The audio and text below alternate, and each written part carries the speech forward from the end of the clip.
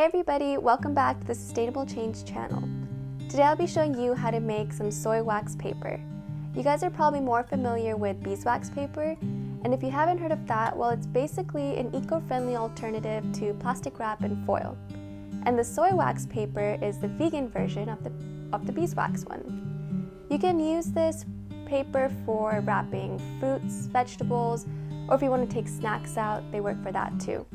So without further ado, let's learn how to make the soy wax paper at home. So here's what you'll need. Firstly, you want to get some soy wax flakes. Secondly, you'll want some pine resin, or more commonly known as damar crystals.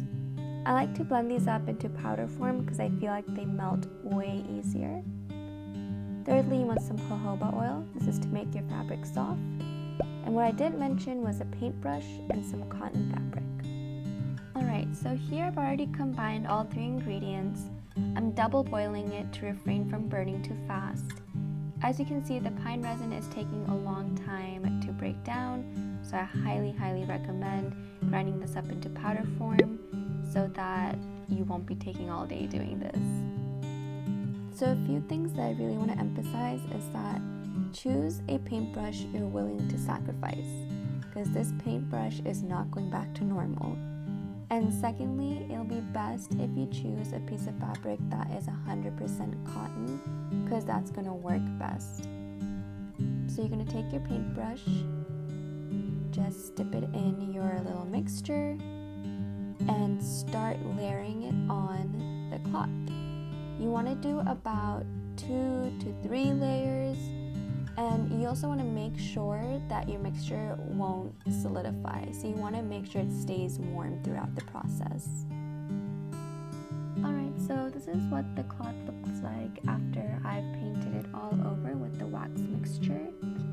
As you can see, the cloth looks a little shiny. This is what you want yours to look like. It shouldn't be dripping with wax, but this is a pretty even coat, so I feel like this is almost ready to go. What you want to look out for are these little white patches. That means that you want to paint over that part with wax again, so you get a good even coat on the cloth. Now it says ready to be baked.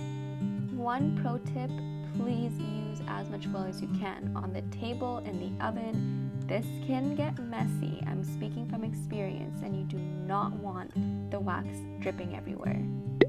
So you're going to bake it at 300 degrees Fahrenheit for 5 minutes.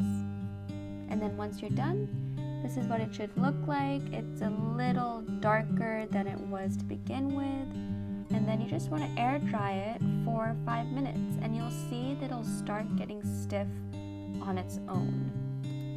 So after about 5 minutes, your cloth should be ready, and to test it out, you want to fold a corner and see if it'll stick on its own. If it does, that means you've done a great job, and if not, no worries.